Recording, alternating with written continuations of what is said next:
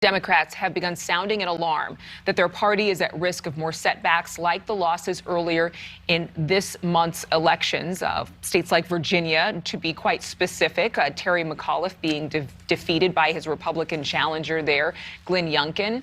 In an interview with the New York Times, Representative Alexandria Ocasio-Cortez, one of the House's most vocal and progressive Democrats, criticized the party for ignoring policy concerns at its base. She argued that running on a platform that says we're not Donald Trump's party is not enough. Others in the party, however, want to return to more traditional quality of life issues that suburban voters will get behind. So the question is, what can Democrats do to get on the same page, to get together? Joining us now is Niall Stanage, the White House columnist from The Hill that we enjoy speaking to every single week. So, Niall, this red alert is quite a departure from some of the articles out, like from Politico, saying that the Democrats have something to cheer about, making a lot of progress with the passing of the infrastructure bill, for example. But meantime, we have, of course, seen President Biden and Vice President Harris's approval numbers tanking. So exactly what is the biggest priority here? Well, I mean, I think there are a couple of things. One is the need to sell these legislative accomplishments. Democrats have found out over the past year that governing is hard. This has been a very messy process to get to this point, but they clearly need to persuade voters that these things matter. The second thing I'll just briefly mention, Adrienne, inflation. Inflation is hurting the Democrats terribly.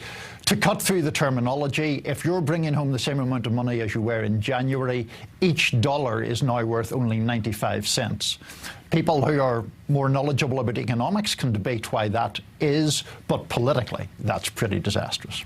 Congresswoman Ocasio-Cortez actually made some points about her colleagues, Senators Manchin and Sinema, who have obstructed Democrats' ability to deliver on some of the promises that got them elected this year. I mean, obviously, as you mentioned, inflation is eclipsing a lot of the politics and the discourse and the debate in one sense, but the disunity within the Democratic Party has become such a headline. It's just bad PR.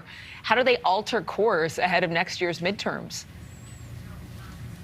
It's difficult to bring people as disparate as the Congresswoman Alexandria Ocasio-Cortez and Joe Manchin together.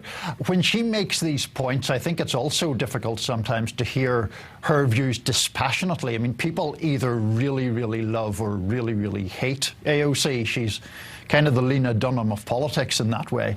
But when she says that the moderates have stopped Democrats getting things for their base, objectively, that's right. There are things like tuition-free college education that have gone from the big bill, or paid family leave, which has been scaled back. These are things that are popular, and the moderates have made their presence felt in a way that is politically problematic, I think. Niall Stanage, thank you so much for being with us this morning. As always, good to see you. Thank you so much for watching. Make sure to click on the red subscribe button below so you can get more of NewsNation's fact-driven, unbiased coverage.